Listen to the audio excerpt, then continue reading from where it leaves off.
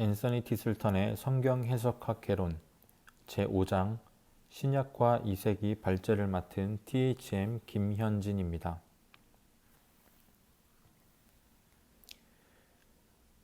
앤서니 티슬턴의 성경 해석학 개론 제5장 신약과 이세기에서는 다음과 같은 6가지 논점들을 살피고 있습니다.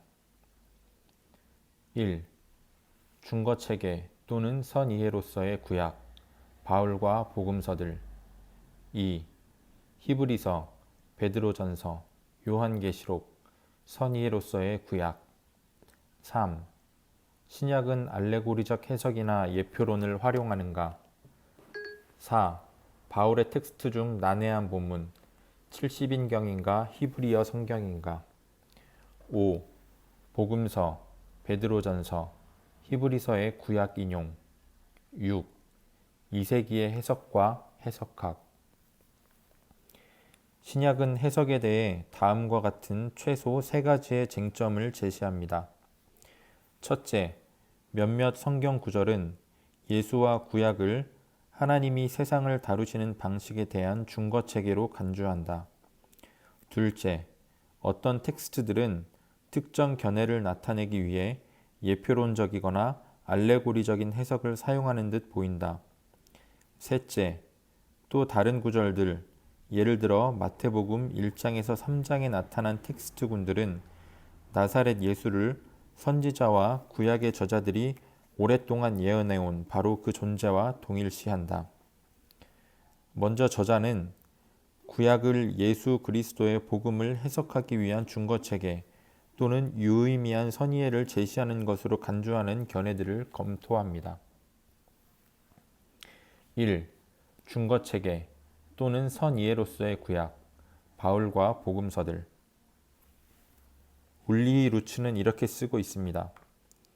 바울에게 구약은 1차적으로 이해의 대상이 아니다.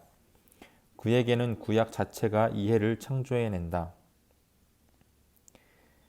앤더슨 에릭스는 바울의 논증과 교회에 있어 바울 이전에 존재했으며 공유되었던 사도적 전통이 얼마나 중요한가를 증명한 바 있습니다. 유대의 성경, 즉 구약의 역사적 지평은 때가 충분히 찼을 때 하나님이 그리스도를 통해 하실 일을 이해하는 데 있어 근본적인 바탕을 제공했습니다. 이러한 사실은 해석학에 대한 현대적 논쟁에 시사하는 점이 큽니다. 2세기 마르키온 이후부터 수많은 사람들은 실제적으로 구약을 한편에 제쳐놓았습니다.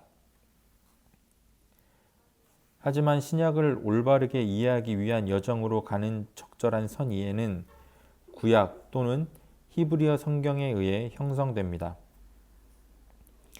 A.T. 헨슨, 오토 미헬, 울리히 루츠, 롱게네커, 무디 스미스, 에게슨을 위시해 이 분야의 전문가들에 따르면 신약 저자들은 다양한 측면에서 히브리어 성경이 그리스도의 오심, 그의 사역, 복음서들을 해석하는데 선이해 또는 중거체계를 제공한다고 간주했습니다.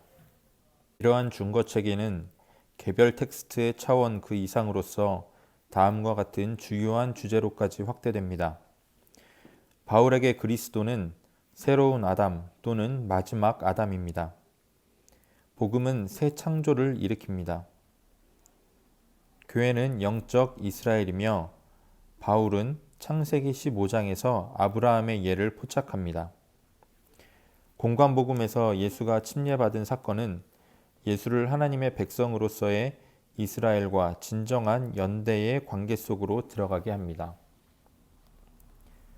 산상설교는 구약과의 다양한 비교를 전제합니다. 예수도 자신을 자주 모세와 대조시켰습니다.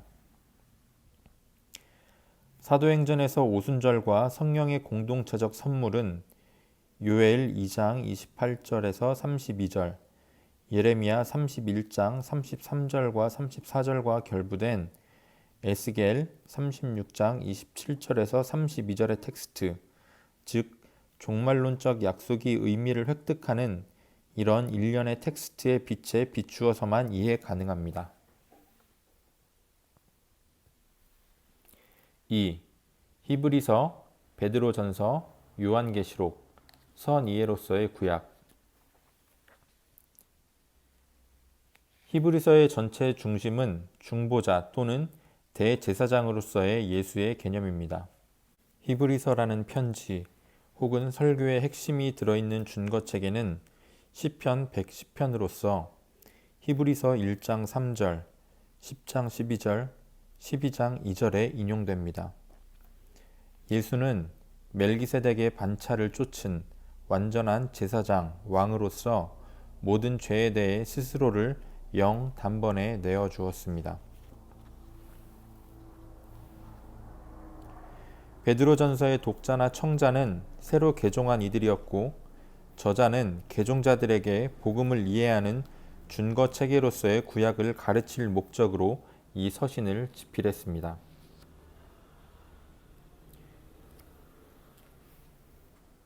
베드로전서 2장 4절에서 10절은 이 공동체가 자체로 거룩한 제사장이자 영적인 성전이며 하나님의 참된 백성이라고 말합니다. 하지만 구약의 준거 없이는 청자나 독자는 결코 이 텍스트를 완전히 이해할 수 없을 것입니다. 베드로전서 1장 18절은 개종자들에게 그들이 해방되고 구속되었다고 선언합니다.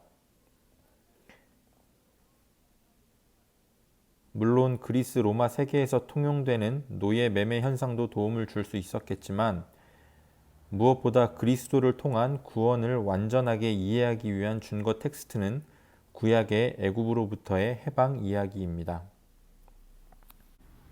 요한계시록의 경우 이 책에 나타난 상징책에는 구약의 다양한 상징의 배경이 설명되지 않는다면 당혹감을 불러일으킬 정도로 복잡합니다. AT&S는 이렇게 적고 있습니다. 요한계시록에서 우리는 매번 기괴한 상징과 마주친다. 입에서 날카로운 칼이 튀어나온 형상, 6 날개를 가진 네 생물, 사자머리와 뱀 같은 꼬리를 가진 말, 붉은빛 짐승 위에 자리 잡은 음녀와 7머리가 달린 짐승, 한 개의 통 진주로 만들어진 문 등이 그 예다. 이런 상징들은 일견 기괴해 보이지만 모두 성경으로부터 온 것들이다. 요한계시록의 저자는 구약에 나타난 신적 계시와 그리스도와의 연속성을 강조하면서 구약을 상징을 담은 풍부한 레퍼토리로 취급합니다.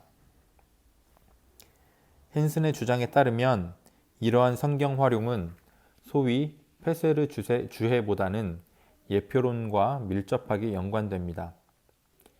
요한계시록의 저자는 구약의 언어를 집어넣어 자신의 비전을 펼치고 있는데 이때 구약의 언어는 기독교 시대와 구약 시대 그리고 자신의 비전 안에서 벌어지는 사건들을 설명하는 해석 체계가 됩니다. 요한계시록에서 발견되는 많은 은유들은 구약 속에 그 기원을 가집니다. 케어드에 따르면 상징 체계는 구약으로부터 도출된 것이지만 철저하게 새로운 의미를 전달하기 위해 변형됩니다. 따라서 구약과의 연속성과 차이가 동시에 존재합니다. 3. 신약은 알레고리적 해석이나 예표론을 활용하는가? 알렉산더 젠스는 신약 저자가 진지하게 사용하기에 예표론은 너무 현대적인 색채를 가진다고 봅니다. 다른 한편으로 레오나르트 고펠트에게는 예표론의 사용이 본질적이고 매우 중요한 것이 됩니다. 또한 알 헨스는 예표론이 사건들 사이의 평행적 관계에 기반하는 데 반해 알레고리는 사물, 인간 또는 개념들 사이의 평행적 관계를 반영하는 것으로 보았습니다. 필론이 의미하는 바대로 알레고리와 예표론 사이에는 큰 차이가 존재합니다. 알레고리는 두 개의 세트를 이룬 개념들 사이의 평행, 일치, 공명을 상정합니다. 반면에 예표론은 두 개의 세트를 이룬 사건들 또는 사람들 사이의 평행이나 일치를 상정합니다. 제임스 스마트는 알레고리와 예표론의 차이를 신학적 용어로 이렇게 표현했습니다. 예표론은 사건의 역사적 실체성과 단단히 결합되어 있다는 사실 때문에 알레고리와 구별된다. 하지만 알레고리는 역사적 실체를 중시하지 않으며 오히려 역사로부터 원래 사건과는 아무 관련이 없는 현재적 의미를 도출하고자 한다. 알 헨슨도 유사한 지적을 합니다. 헨슨에 따르면 바울의 목적은 시간을 초월한 도덕이나 철학적 진리로 이행하기 위해 이 구절의 의미를 역사적 컨텍스트로부터 해방시키는 것이 아닙니다. 예표론에 대한 논고라는 고전적 저술에서 램프와 울콤프는 예표론을 구약의 특정한 사건, 인간, 사물과 신약의 유사한 사건, 인간, 사물 사이의 역사적 연결을 정립하는 것으로 정의했습니다.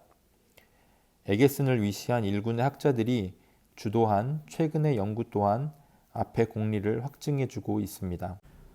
바울은 고린도전서 9장 8절부터 10절에서 곡식을 밟아 떠는 소에게 망을 씌우지 말라는 신명기 25장 4절을 활용하면서 알레고리적 해석을 도입했다는 혐의를 받은 바 있습니다. 예를 들어 한스 콘첼만은 신명기 25장 4절이 전적으로 동물 보호를 목적으로 쓰인 텍스트이며 따라서 바울의 주해와는 정반대된다고 주장합니다. 여기에 대해 리처드 헤이스는 다음과 같은 정확한 이해를 제시합니다.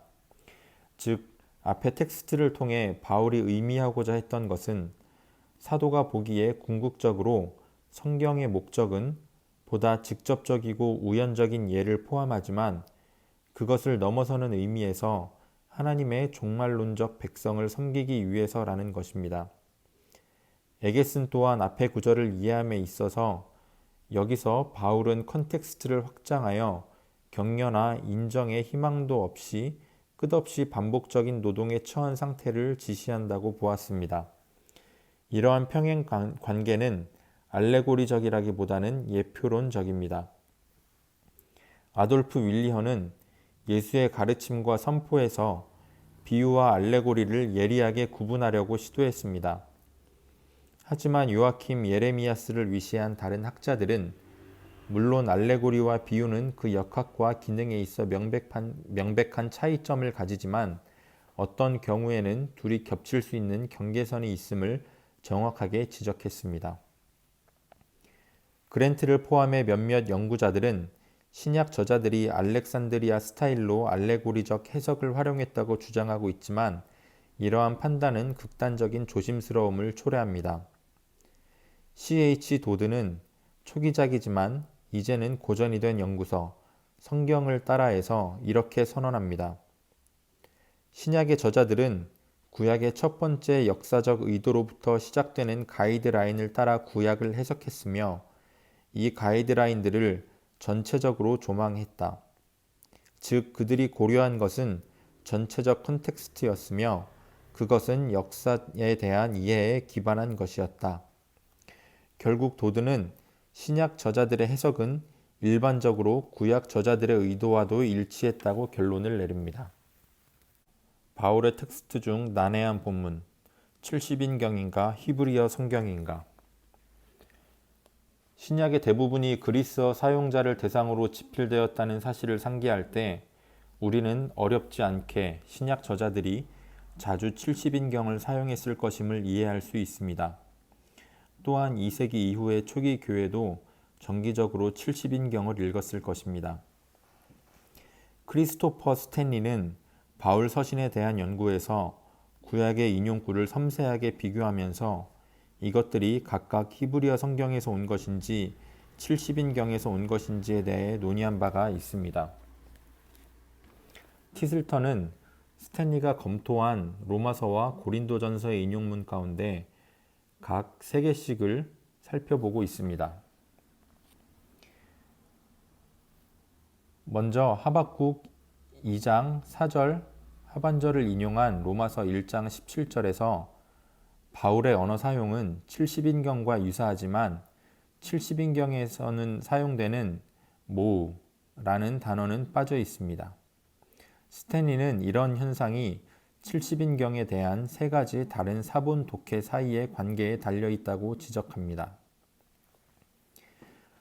다음으로 로마서 2장 24절에서 바울은 이사야 52장 5절을 인용합니다. 사도의 텍스트는 70인경과 다른 언어의 순서를 가집니다. 몇몇 단어들은 2인칭 복수로 변화되어 나타나는데 이런 변화는 바울의 논증을 강화시키는 효과를 가져옵니다. 로마서 3장 10절부터 12절은 시편 13편 1절부터 3절에서 인용된 것입니다.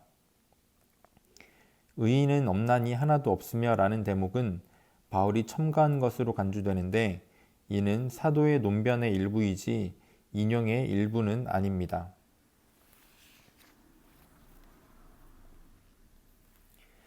고린도전서 3장 19절은 욥기 5장 13절을 암시하고 있습니다.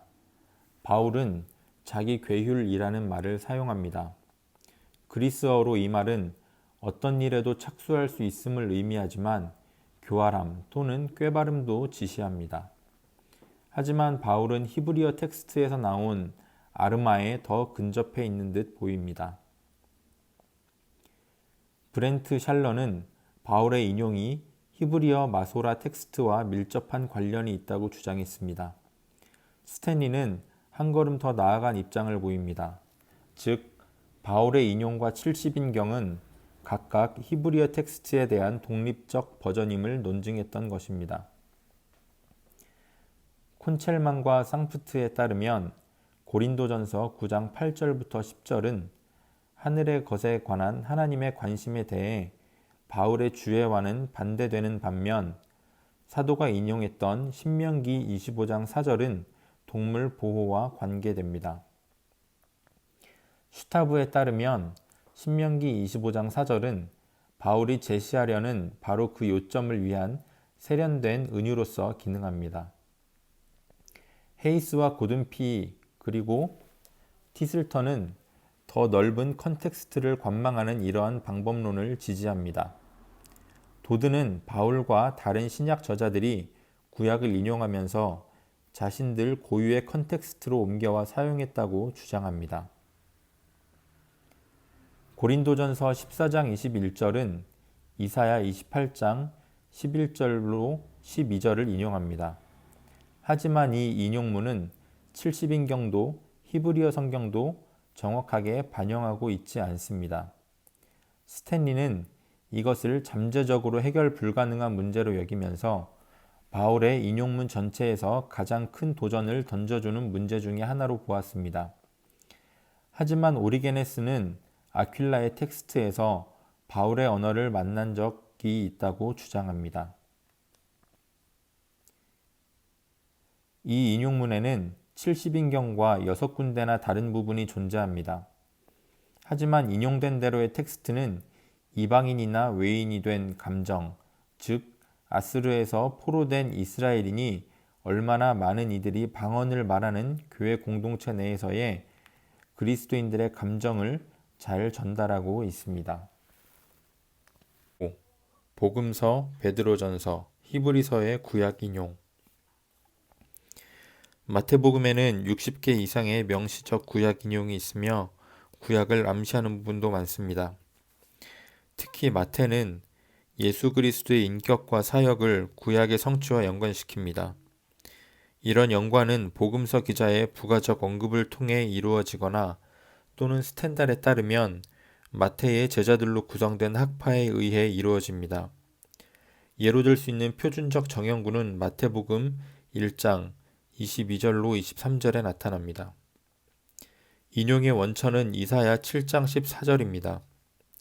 70인경의 이사야 텍스트는 한 처녀에 대해 말하고 있으며 아하스 왕과 새로운 왕이 태어날 다윗의 혈통, 즉 이스라엘에게 승리와 평강을 가져올 새 왕에 대해 암시합니다.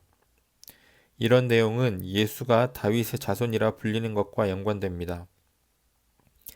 이사야 7장 14절에 사용된 히브리 단어는 처녀가 아니라 그저 젊은 여성일 뿐입니다. 스탠달은 구약의 성취라는 양상은 마태 학파의 생산물일 뿐 아니라 제4장에서 논의된 유대교의 페쉐르 주해를 표상한다고 지적했습니다. 일부 급진적 연구자들은 마태와 그의 제자들이 구약의 예언과 맞아떨어지도록 만들기 위해 사건들을 재구성했을 것이라고 주장합니다. 하지만 이런 견해는 명석한 논증보다는 초자연적인 것에 대한 가정에 의지하고 있습니다. 또 다른 인용 정형구는 마태복음 2장 15절 내 아들을 애굽에서 불렀다는 구절입니다. 이 인용의 원천은 호세아 11장 1절이며 70인경보다는 히브리어 성경인 마소라 사본을 더 많이 반영하고 있습니다. 호세아는 출애굽, 즉 이스라엘이 애굽으로부터 탈출하는 사건을 암시하고 있습니다. 애굽으로부터 나오기 위해서 예수는 그 전에 먼저 하나님의 백성과 연대를 이루기 위해 애굽으로 들어가야 했습니다. 이를 두고 해그너는 예표론적 상응의 문제로 봅니다. 헨스는 이사야 53장 4절 그는 실로 우리의 질고를 지고 우리의 슬픔을 당하였거늘의 텍스트를 인용한 마태복음 8장 17절에 나타난 인용 형식의 문제를 연구했습니다. 헨슨의 논증에 따르면 70인경은 이 텍스트를 영적으로 만들어서 본문이 우리의 죄를 지시하도록 만들었습니다. 하지만 해그너, 스텐달, 루츠는 마태가 직접적으로 히브리어로부터 번역했고 그 의미를 잘 이해했다고 믿습니다. 마태복음 21장 4절로 5절에서 복음서 기자는 스가랴 9장 9절에 겸손하여서 나귀를 타시나니 나귀의 작은 것 곧 나귀 새끼니라 라는 말씀을 인용합니다. 이것은 처음 행의 내용을 두 번째 행이 반복하고 있는 시적 평행구로서 시적 평행구의 예로는 주의 앞에는 기쁨이 충만하고 주의 우편에는 영원한 즐거움이 있나이다가 있습니다. 마가에게는 마태만큼 구약에 대한 관심과 전문적 지식이 없는 듯 보입니다. 하지만 마가 역시 구약을 예수와 복음에 대한 준거 체계로 이용합니다. 이 복음서에는 한 가지 악명 높은 구약 인용인 마가복음 4장 12절이 포함되어 있습니다. 이 인용은 이사야 6장 9절로 19절에서 유래한 것으로 더 정확하게는 이사야 6장의 타르굼에서 끌어다 쓴 것입니다. 복음서 기자 가운데 누가만이 누가복음 22장 37절에 순환 내러티브에 직접적으로 인용된 이사야 53장 12절 범죄자 중 하나로 헤아림을 받았음이니라 라는 말씀을 예수와 연관시킵니다. 이 인용구는 그리스어 상용자를 위해 번역됐다고 간주되는 70인경과 대체적으로 일치합니다. 누가의 독자들이 이방인 또는 이방 출신 그리스도인들이었음은 명백하지만 그럼에도 누가 역시 마태와 마가와 마찬가지로 구약을 복음 선포에 대한 준거 체계로 간주했으며 구약을 자주 인용하거나 암시했음은 주지할 필요가 있는 사실입니다. 헨슨의 주장에 따르면 요한은 어느 바리새인처럼 성경은 패하지 못한다는 점을 굳게 믿고 있었습니다. 헨슨이 상기시키는 바처럼 요한은 성경에서 유래하는 전통적 인용구를 사용합니다. 때로는 구약이 도입부 정형구와 함께 인용됩니다. 동시에 성경의 명시적 인용도 있고 요한의 사유의 토대를 제공하는 것으로서 구약에 대한 미묘한 암시도 있습니다. 요한복음 1장 14절에 말씀이 육신이 되어 우리 가운데 거하심에 우리가 그의 영광을 보니는 출애굽기 34장 6절의 언어를 재생산하고 있습니다. 요한이 사용하는 언어의 의미심장함은 출애굽기 34장 6절의 빛에 비추어 볼 때 다시 말해 오늘날의 표현대로 상호 텍스트적 공명 속에서 볼 때 선명하게 드러납니다. 같은 논리로 요한복음 1장 51절의 텍스트의 배경은 창세기 28장 1절로 16절에서 찾을 수 있습니다. 베드로전서는 선지자들을 성령의 영감을 받은 자들로 분명하게 이해합니다. 가장 난해한 구절은 노아와 옥에 있는 영들에게 선포하는 그리스도에 대해 말하는 베드로전서 3장 19절로 22절입니다. 이 텍스트를 죽음과 부활 사이에 있는 그리스도가 하데스에 머무는 영혼들에게 복음을 선포했다고 이해함은 그리 일반적 해석이 아닙니다. 어떤 해석에 따르면 베드로전서 3장 19절의 영들은 창세기 6장 1절로 4절 또는 에녹 1서의 타락한 천사로 간주됩니다. 아우구스티누스는 그리스도가 전파하신 것이 성육신 이전에 일어난 일이라고 생각했습니다. 반면에 다른 많은 사람들은 이 일이 그리스도 승천 이후에 일어난 일이라고 믿습니다. 이 구절이 직접적으로 하데스로 하강하는 것을 지시할 필요는 전혀 없습니다. 히브리서의 저자는 다양한 방식으로 뛰어난 기술을 사용하여 구약을 활용합니다. 구약의 인용은 히브리서의 논증을 이끌어가는 주축이라고 할 수 있습니다. 그 중에서도 가장 중요한 인용구는 시편 110편 1절로 4절입니다. 앞에서 이미 우리는 예수가 유일한 왕적 대제사장으로 간주됨을 보았습니다.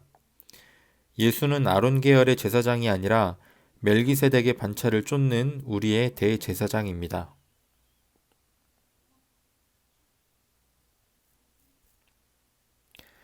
6. 이세기의 해석과 해석학. 마르키오는 영지주의자 교사의 영향 아래 있었는데 이 교사는 기독교의 하나님과는 대조되는 유대인들의 하나님이 유대인의 성경 또는 구약을 영감했다고 믿었습니다. 마르키오는 문자적 의미를 주장하면서 알레고리적 해석을 따라 성경을 재해석하는 것을 반대했습니다. 또한 구약은 오직 유대인을 위한 경전이며 그리스도인과는 상관없는 텍스트라고 주장했습니다. 이레나이우스에 따르면 마르키오는 율법과 선지서가 선포하는 하나님은 우리 주 예수 그리스도의 아버지가 아니다 라고 가르쳤습니다. 영지주의 저술가들은 상당히 많은 부분 신약의 언어를 사용했습니다. 그들이 활동한 연대나 개념 정의는 아주 복잡하며 논쟁을 촉발합니다. 대부분의 학자들은 영지주의가 2세기의 가장 강력한 사상운동으로서 이후에도 영향력을 미쳤다는 데 동의합니다. 일반적으로 영지주의자들은 반유대주의였으며 세트파는 많은 구약의 특성들을 웃음거리로 만들었습니다. 영지주의가 신약의 언어를 사용했다는 사실에 대한 가장 강력한 주창자는 아마도 세뮤얼 라이오클리일 것입니다. 라이오클리는 많은 용어의 연원이 바울 서신이나 공관복음에 있음을 증명합니다. 하지만 동시에 원래의 프레임 속에 있던 의미와 그것이 삽입된 새로운 프레임 속의 의미 사이에는 긴장관계가 존재한다고도 주장했습니다. 그는 이렇게 덧붙입니다. 같은 단어가 다른 함축을 가진다. 문장들은 전혀 다른 빛에 비추어 의미를 가진다. 이레나이우스는 영지주의자들이 원자론적이고 비일관적인 방식으로 성경을 사용했음을 지적하면서 성경의 컨텍스트와 장르에 주의를 기울일 것과 동시에 성경의 다른 부분들에도 주의할 것을 요청합니다. 유스티누스의 제1변증과 제2변증은 구약을 상당히 많이 참조하고 있습니다. 유스티누스는 창세기 49장 10절로 11절을 그리스도에 대한 알레고리로 이해하고 트리포아의 대화에서는 미가 4장 1절로 7절을 그리스도의 두 번째 재림을 가리키는 텍스트로 봅니다. 영지주의와 이단 사이의 관계에 있어 유스티누스가 언급한 가장 중요한 지점은 모든 인간 안에 있는 로고스, 즉 그리스도 안에서 완전하고 참된 표현에 도달한 로고스에 대한 주장입니다. 쇼트웰은 유스티누스의 성경 사용에 대한 연구에서 바로 이 점을 강조한 바 있습니다. 유스티누스에 따르면 신적 계시는 다음과 같은 두 가지 형식, 즉 로고스인 그리스도 안에 있는 하나님의 계시와 기록된 텍스트로서의 성경, 이 두 가지 형식을 취합니다. 유스티누스는 사도행전, 로마서, 고린도전서, 갈라디아서, 빌립보서, 골로새서, 데살로니가 후서, 심지어는 히브리서와 요한일서를 망라하여 신약을 사용하고 있으며 선지서와 함께 복음서를 사도들의 회고록이라고 일컫습니다. 성경은 유스티누스의 논증에 준거 체계를 제공했으며 개별적 구절들은 그리스도 안에 나타난 하나님의 행적을 예표하고 있습니다. 속사도 시대의 저술 가운데 바나바 서신은 구약을 사용하고는 있지만 너무 지나치게 알레고리적입니다. 아마도 알렉산드리아인이었을 바나바 서신의 저자는 동물을 죽이는 희생제사를 유대교의 잘못된 산물로 간주합니다. 하지만 알레고리 활용에 대해서는 구약이 그리스도를 지시한다고 믿습니다. 이와 대조적으로 안디옥의 이그나티우스는 알레고리도 예표론도 사용하지 않습니다. 디다케에서 이그나티우스는 알레고리적 해석도 예표론도 거의 사용하지 않았습니다. 하지만 다윗을 그리스도를 통해서만 이해할 수 있는 존재로 말하고 있으며 다른 부분에서는 말라기 1장 11절, 14절을 적용합니다. 이레나이우스는 이사야 45장 1절을 인용하여 나의 기름 부음 받은 고레스가 그리스도를 지시한다고 주장합니다. 헨슨의 논증에 따르면 이레나이우스는 알렉산드리아 학파의 알레고리화의 흔적을 전혀 보이지 않습니다. 하지만 그런 이레나이우스도 에덴의 나무와 십자가 사이에 존재하는 예표론적 상응 관계에 주목했습니다. 후기 저술에서 이레나이우스는 기독론적 초점을 제시하기 위해 알레고리적 해석으로 더 깊숙이 들어갑니다. 이레나이우스와는 대조적으로 알렉산드리아의 클레멘스는 비밀스런 유사 영지주의적 전통을 믿었습니다. 영지주의적 전통은 명료하거나 개방적일 수 없었는데 왜냐하면 진리는 오직 수수께끼와 상징, 알레고리와 은유 또는 이와 유사한 형태들에 의해 전달되기 때문입니다. 클레멘스의 성경 해석은 유스티누스, 특히 이레나이우스와 선명한 대조를 이룹니다. 클레멘스는 오리게네스와 그 계승자들을 위한 길을 예비했다고 할 수 있지만 그 양상은 대부분의 신약 저자들과 다릅니다. 성경 해석학 제5장에서는 기독교적 해석과 몇몇 주요 논점들에 대한 대답에는 폭넓고 다양한 범위가 존재함을 확인할 수 있었습니다. 이상으로 5장 발제를 마치겠습니다.